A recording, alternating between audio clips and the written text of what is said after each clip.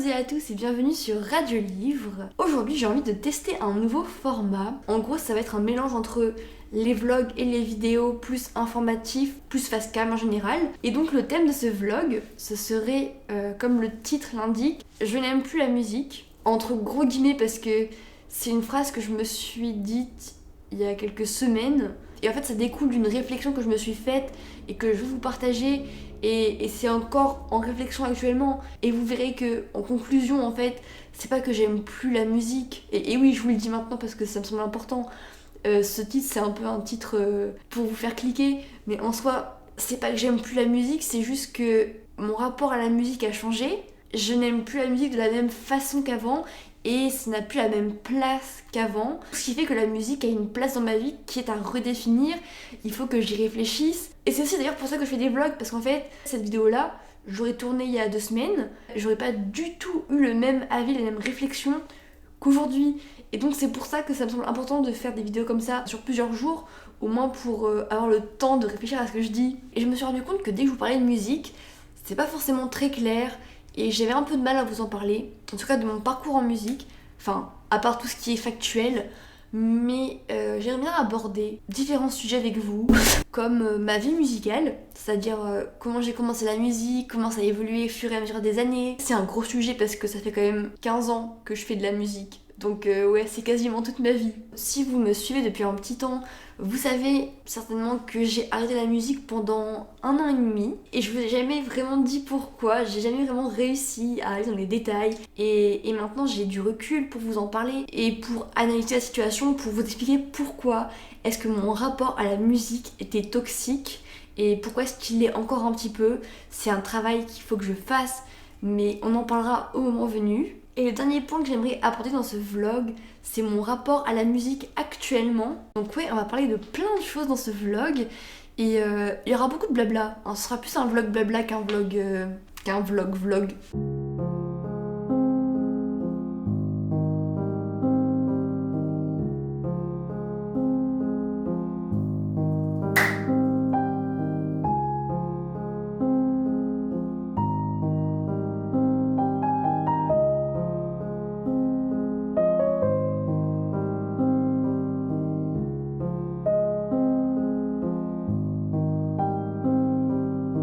Bon, je sais que ça arrive un petit peu sur le tas comme ça, on sait pas ce que ça va faire là. Mais je voulais juste vous dire qu'aujourd'hui, j'étais allée en cours d'analyse musicale et c'était tellement intéressant, et le temps est passé tellement vite, et c'était tellement bien que j'ai pas vu le temps passer. Et du coup, je suis juste pas allée en cours de traducto.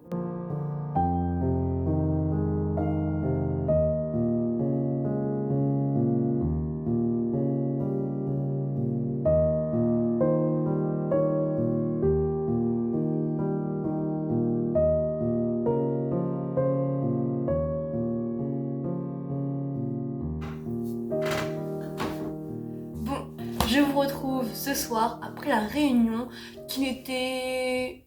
Ma foi, c'était quand même assez instructif. Là n'est pas la question, je suis là du coup pour vous parler enfin de mon parcours en musique. Comme j'ai déjà fait une vidéo à ce sujet que je vous mets juste là, qui est beaucoup plus factuelle, beaucoup plus détaillée, je vous parle des classes CHAM, du bac S de TMD, tout ce qui est vraiment factuel et qui peut vous intéresser si ça vous intéresse. Je vais vous parler de ce qui est un peu moins factuel, plutôt comment moi j'ai ressenti les choses, ma perception de la musique à cette époque-là, ce que je voulais, quelle était ma relation avec la musique, mon rapport avec. Donc, j'ai commencé la musique quand j'avais 7 ans et je suis littéralement tombée amoureuse de la musique.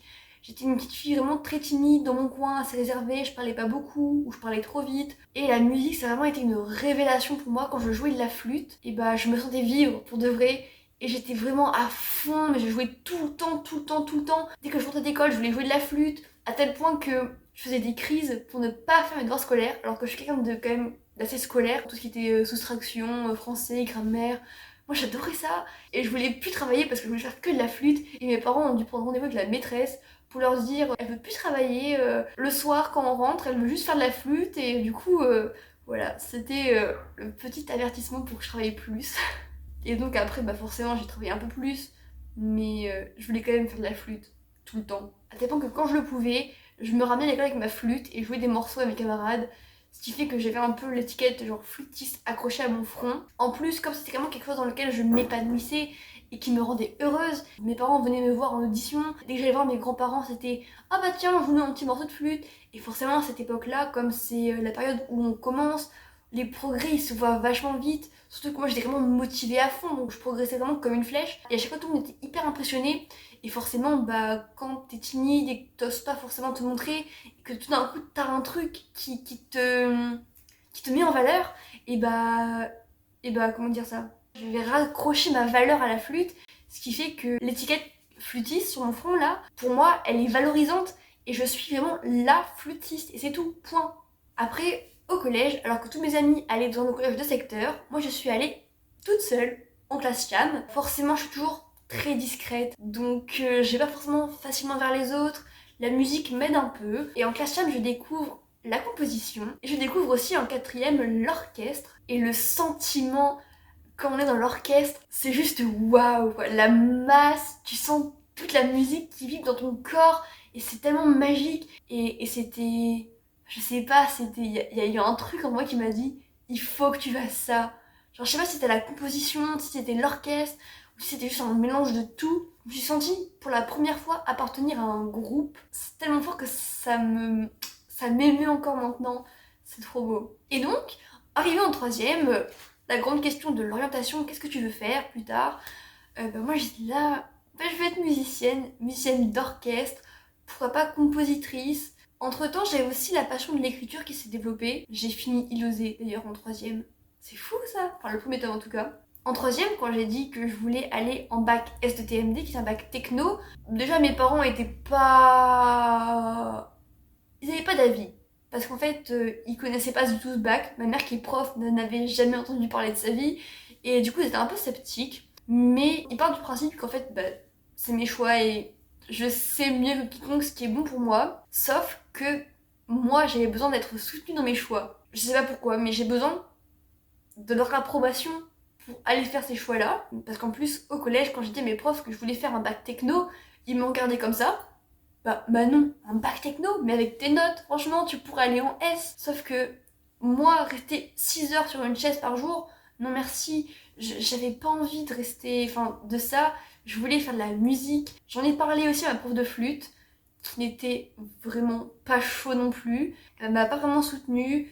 Quand j'ai fait les auditions pour Versailles, parce qu'en gros, j'ai postulé à Versailles et à Rouen, et à Versailles, elle m'a absolument pas aidée. Elle me dit tiens, pour cette pièce-là que t'as travaillé, tu vas retravailler un petit peu, puis ça sera bon. Finalement, j'ai juste foiré Versailles. Déjà, je m'étais pas assez renseignée sur les modalités d'admission. Il fallait être accompagné, il fallait jouer un morceau, mais pas ce qui était proposé pour les morceaux d'un niveau inférieur. Mes parents, eux, n'y connaissaient absolument rien. Et la seule personne qui pouvait m'aider et m'aiguiller correctement, c'était cette prof-là. Et elle ne l'a pas fait. Donc forcément, je me suis encore moins sentie soutenue. Déjà que les profs du collège n'étaient guère partants pour que j'aille gâcher mon potentiel en TMD. J'espérais un minimum de soutien et je l'ai pas eu. Ce qui fait que la troisième a été extrêmement compliquée. Mon arrivée au lycée a été extrêmement compliquée. Encore une fois, j'ai quitté mes amis qui eux allaient dans le lycée de secteur pour moi aller sur Rouen, donc dans une autre ville, en internat, toute seule, faire un bac en musique. Et sur Rouen, forcément, j'arrive, je suis nouvelle, personne ne me connaît. Je dois aussi prouver ma valeur auprès du prof de flûte, montrer que je suis capable de jouer de la flûte. Sauf que la prof que j'avais sur Évreux m'a tellement fait une image du prof qui était genre terrifiant, que du coup je suis arrivée en cours, j'étais terrifiée, et toute l'année j'étais terrifiée. J'étais tellement terrifiée que je travaillais à fond. Sauf qu'en cours j'étais tellement stressée, en plus je voulais tellement bien faire, que forcément je me mettais une pression mais qui était monstrueuse, à tel point que je n'étais pas capable d'aller en cours de flûte. Enfin je m'en rendais malade. Et je me rappelle, quasiment une semaine sur deux, j'appelais ma mère pour qu'elle vienne me chercher, et je pense que c'était juste l'anxiété en fait, d'aller en cours de flûte. Génial! Je dis ça en rigolant, mais quand vous vivez les choses, c'est vraiment pas drôle. Et donc le lycée ça n'a pas forcément été une partie de plaisir, surtout que les premières années j'étais pas forcément hyper bien intégrée. Après il y a eu le confinement et là je n'ai pas touché à ma flûte pendant 6 mois alors que avant je jouais de la flûte tous les jours et là pendant 6 mois j'ai touché peut-être 2-3 fois quand j'en avais vraiment envie. Et c'est à partir du confinement que je me suis vraiment posé la question de est-ce que j'aime encore la musique et est-ce que j'ai encore envie de devenir musicienne plus tard. Et je me suis posé la question mais j'ai pas voulu trouver de réponse. Je voulais pas en fait trouver de réponse, je voulais pas me dire en fait non, j'aime plus la musique. Parce qu'en plus, Enfin, je vous l'ai dit, c'est une phrase qui est un peu triviale, genre j'aime plus la musique. Non, je peux pas ne plus aimer la musique, c'est juste que je l'aime différemment. Et oui, comme dans toute relation, parce que la musique c'est une relation, enfin je veux dire, la flûte c'est mon premier amour. Enfin, il y a forcément des hauts et des bas quoi. Et après, c'est juste une question de volonté, de décision et de choix. En revanche, pendant le confinement, je développe ma passion pour l'écriture. Vraiment, j'écris tous les jours. Et c'est là où je me suis rendu compte aussi qu'en fait, il me fallait à la fois de l'écriture et de la musique. Après le confinement, vint la terminale. Terminale, on doit organiser notre concert MD. Donc en gros, c'est un spectacle qu'on organise de A à Z. Et c'était tellement bien. J'étais gérante avec d'autres filles. Et on a dû créer le spectacle de A à Z, créer l'histoire, composer, organiser, faire des réunions. On n'a pas pu faire le concert parce qu'il y a eu le deuxième confinement. Mais c'est vrai que quand j'y repense, je suis tellement motivée. J'ai tellement envie de faire des projets artistiques, de composer, travailler avec plusieurs autres disciplines comme la danse, le théâtre, pourquoi pas le cirque, le cinéma, bref, faire de Attendez. Il est 22h, me jugez pas, d'accord. Donc c'est quoi le mot? C'est interdisciplinarité. Pourquoi pas aussi mêler d'ailleurs musique et écriture, c'est un peu ce que je fais avec Radio Livre. Et qui dit terminale dit aussi, encore une fois, orientation. Ce gros mot qui me fait extrêmement peur et que vous allez voir revenir à la fin de cette vidéo. Je décide d'aller à Alma. En réalité, je ne me suis pas prise la tête. Voilà, les gens d'Alma, donc c'est au Québec, ils sont venus, ils nous ont présenté leur cégep et j'ai trouvé ça trop bien et j'ai pas tenté autre chose. Et c'est un peu là le problème, c'est que je me suis pas renseignée, j'ai pris ce qu'on m'a donné. Et certes, à Alma, j'ai vécu une année qui était juste incroyable. Pour moi, c'est encore maintenant, je pense, l'une des meilleures années de ma vie. J'ai gagné ma vie en étant musicienne, en donnant des cours de flûte. J'ai gagné 600 $ à un concours de musique que j'ai remporté en première place. Je sais pas comment j'ai pu oublier ça, mais j'ai toujours cru que c'était impossible. Enfin, même maintenant, vous voyez, pour moi, ça me paraît impossible de gagner sa vie en étant musicienne, alors que je l'ai déjà fait. J'ai tendance à oublier que le passé a existé. Le passé a un jour été du présent. C'est fou. Bref. Et même si Alma, ça a été merveilleusement incroyable, fantastique, mais les cours étaient un peu trop simples pour moi. Le midi, quand j'avais mes parents, pour eux c'était le soir, et que je leur disais, bah en fait, j'ai pas fait grand chose aujourd'hui, j'ai pas appris grand chose, je connaissais déjà tout. Et moi j'étais trop contente parce que ça voulait dire que j'avais retenu mes connaissances et tout. Et en fait, pour eux, c'était bah si c'est trop simple, qu'est-ce que tu fais là? Tu veux pas tester ailleurs, enfin des trucs un peu plus élevés? Et donc j'ai postulé à Québec et à Montréal, et j'ai été prise à Montréal. À Montréal, ça s'est très mal passé. Pas du tout au niveau des cours, vraiment les cours étaient hyper intéressants. Peut-être que le système de cours est un peu particulier parce qu'en gros, c'est à nous de faire notre emploi du temps comme on le souhaite. Ce qui fait qu'en cours, on peut être avec des L2, des L3. Il n'y a pas vraiment de groupe de classe. Et ça, pour moi, ça a été extrêmement compliqué pour me faire des amis. Et en fait, ce qui s'est passé, c'est que je pense qu'il y a eu déjà le contre-coup du fait que Alma, ça a été incroyable, génial, j'avais plein d'amis. Et que Montréal, déjà, c'est une ville qui est quasiment américaine. Enfin, elle est énorme, la ville. Et il faut parler anglais, ce que je ne faisais pas à l'époque. D'où ma présence en LCR anglais maintenant. Ensuite, j'étais en résidence universitaire, c'était archi pourri. Vraiment la chambre 9 mètres carrés, ça puait, c'était sale, on entendait absolument tout à côté. Douche et les toilettes communes, il y avait des araignées, je dormais hyper mal. Et j'ai commencé à développer le mal du pays, ce qui fait qu'on a encore moins envie d'aller avec les gens, on se sent encore plus seul. Et pour combler le mal du pays, je travaillais beaucoup ma flûte. Ce qui fait que j'ai développé un burn-out. Et ouais, sauf qu'à un moment donné, en fait, le burn-out, juste, je pouvais plus travailler. Donc je restais littéralement par terre dans ma chambre et je ne bougeais uniquement que pour aller en cours. Le soir, le midi, je me nourrissais aux pâtes instantanées. C'est vraiment la pire chose à faire, hein. Ce qui est paradoxal, c'est que le jour où j'ai déposé ma démission à la fac, et bah ça allait mieux. Et j'ai commencé à rencontrer des gens, ce qui fait que j'étais un petit peu déçue de partir, mais en même temps j'avais pas non plus envie de rester. Et comme ça a été hyper mal, et que j'étais à Montréal pour la musique, pour moi, le problème c'était la musique. Alors qu'en fait, pas du tout. C'était juste plus simple de mettre toujours de la musique, de dire j'arrête la musique, ça me cause que des problèmes. Alors qu'en fait, c'est pas la musique le problème. Genre la musique c'était juste ce qui me guidait dans ma vie. Et c'est normal d'avoir des hauts et des bas, de vivre des expériences compliquées. Et pourquoi je dis ça d'ailleurs? Ah oui, et c'est pour ça qu'en fait, j'ai commencé à être en froid avec la musique, à me demander pourquoi est-ce que je faisais ça, qu'est-ce que ça m'apportait concrètement de positif. Mon cerveau a associé la musique au négatif, ce qui fait que j'avais plus envie de faire de la musique.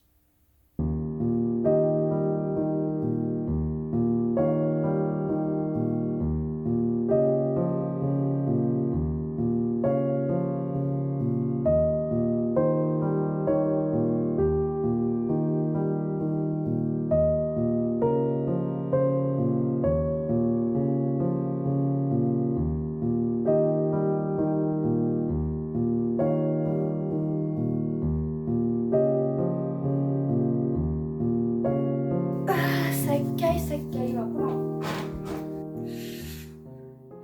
J'ai réfléchi un peu à comment en fait vous parler de mon rapport à la musique, et surtout de comment l'exprimer, parce que en fait je me suis rendu compte que j'arrive pas à en parler. Et même l'écrire, je sais pas trop si j'arrive à l'écrire. Bon, on va quand même essayer d'en parler parce que voilà, il faut en parler, il faut apprendre à s'exprimer, dire ce qu'on ressent, dire ce qu'on pense. En fait, j'ai l'impression d'être un peu chez le psy quand je fais des vidéos, c'est hyper étrange.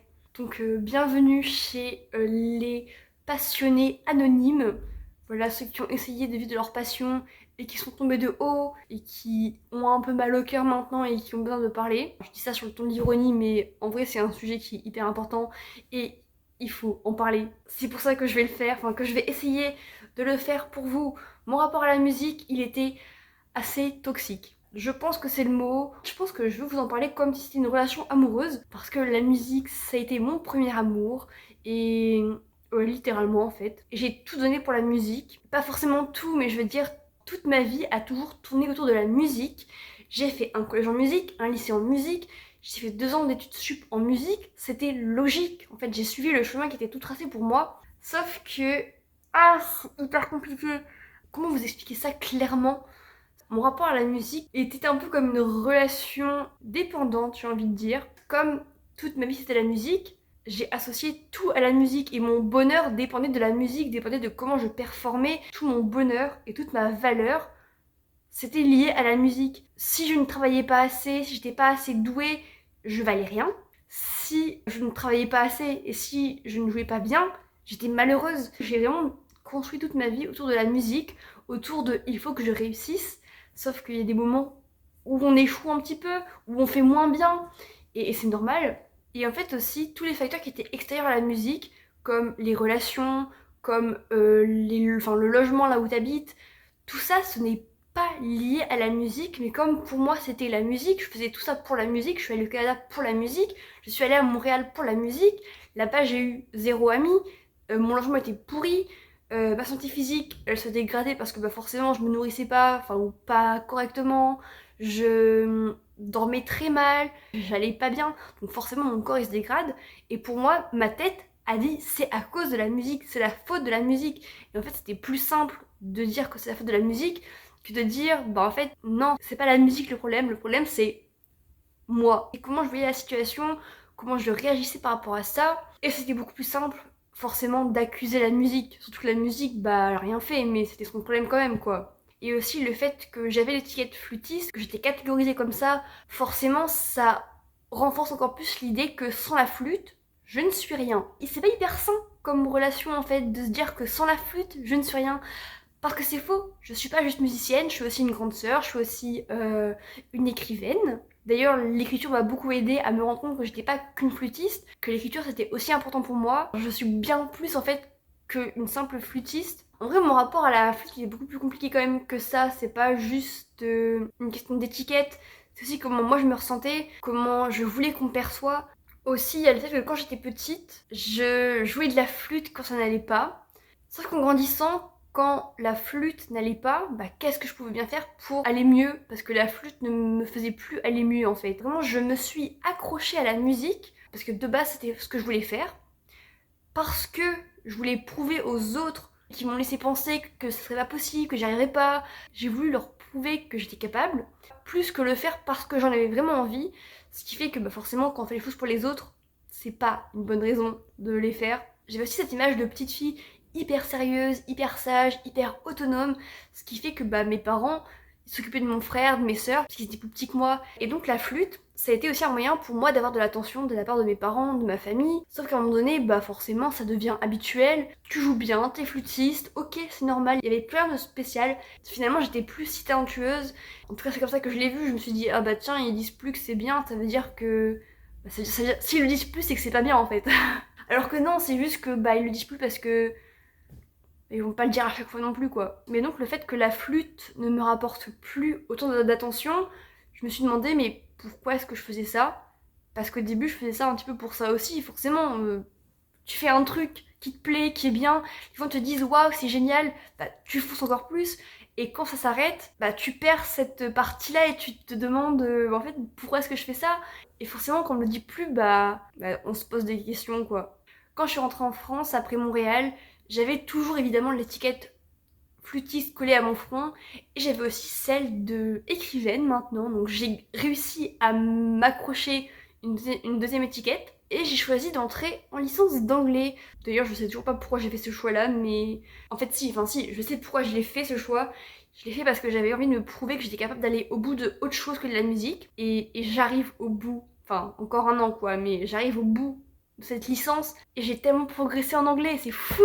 J'ai réussi à me débarrasser de l'étiquette musicienne et je pense que c'est ce que je cherchais en fait en venant ici. Et moi, je l'aimais tellement mon étiquette que je me la suis collée et je l'ai portée pendant tellement longtemps. Et en fait, j'accepte maintenant d'être autre chose que juste une flûtiste. Et honnêtement, bah c'est bien. Comme ça, mon bonheur ne dépend pas que de la musique, ne dépend pas que de comment je performe, de comment les autres perçoivent mes efforts artistiques.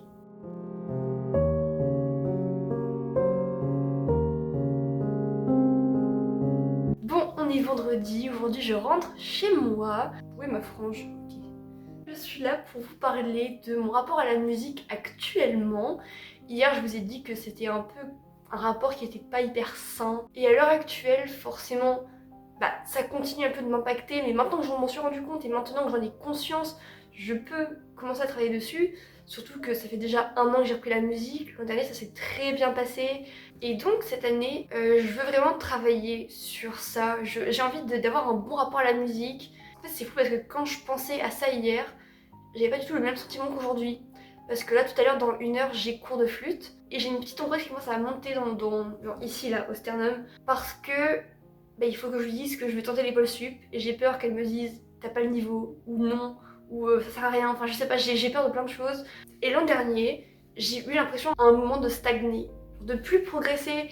Et en fait c'est une impression que j'ai depuis longtemps, je me rends compte maintenant, même que ce soit à Alma, à Montréal, j'ai l'impression de ne plus progresser. Parce qu'en fait c'est vraiment, je progresse dans des micros des détails, je n'arrive pas encore à saisir l'ampleur de ces progressions, peut-être parce que je ne joue pas autant de flûte que ça. Et c'est un truc que cette année j'aimerais bien mettre en place, de jouer un peu plus de flûte, aller au conservatoire pour moi pour travailler au moins 3 fois par semaine et travailler le week-end chez moi aussi. Parce que cette année, il faut que je travaille ma flûte. J'ai un projet qui me demande une grande préparation.